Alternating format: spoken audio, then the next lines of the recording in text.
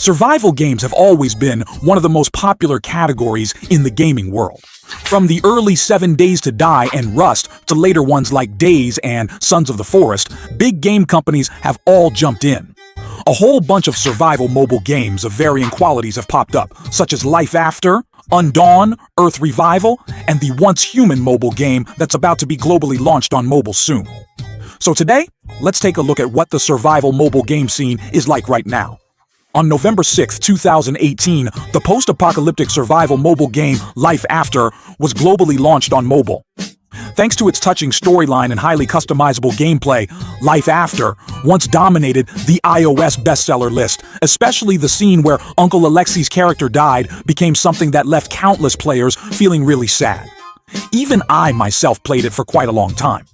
I have to say that Life After was really appealing back then. Mainly in the early days of the game, there wasn't much of a gap between big spenders and regular players. But then, in the New Year event in 2019, the official added a new weapon, the grenade launcher. With its high damage and wide range, the grenade launcher became a top-tier T0 weapon. It was like an invasion by the Trisolarans, and a lot of players were really overwhelmed. The most important thing was that this weapon was really hard to get by grinding. That's why a lot of regular players quit. When I took another look at Life After, I found that the game had become a battle among super powerful players. After talking about Life After, let's look at Undawn. This one is a big deal. Before it was launched, there were so many promotional ads everywhere. It was said to have a seamless 1,000-hectare map and was developed over 3 years using the Unreal Engine 4. That kind of hype attracted a lot of players, but after the game was launched, the player's experience was really disappointing. The engine used was a cut-down version for mobile. Although it could do particle effects, dynamic lighting, and physical destruction, there were conditions. For example, you could only destroy walls during the story scenes, and the dynamic lighting only worked when the character was really close. The particle effects and low graphics quality were like visual pollution. All these things really affected the player's experience.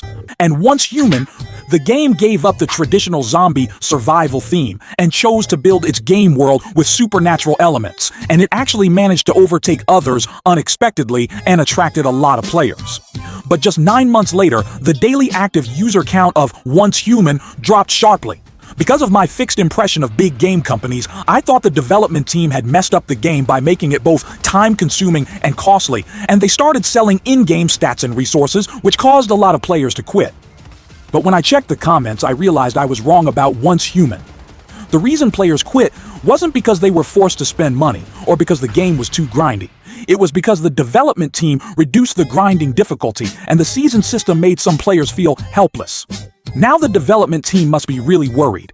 Even though the game has always been criticized for having too little content, the official update frequency is actually not bad. And they even listened to players and launched a permanent server.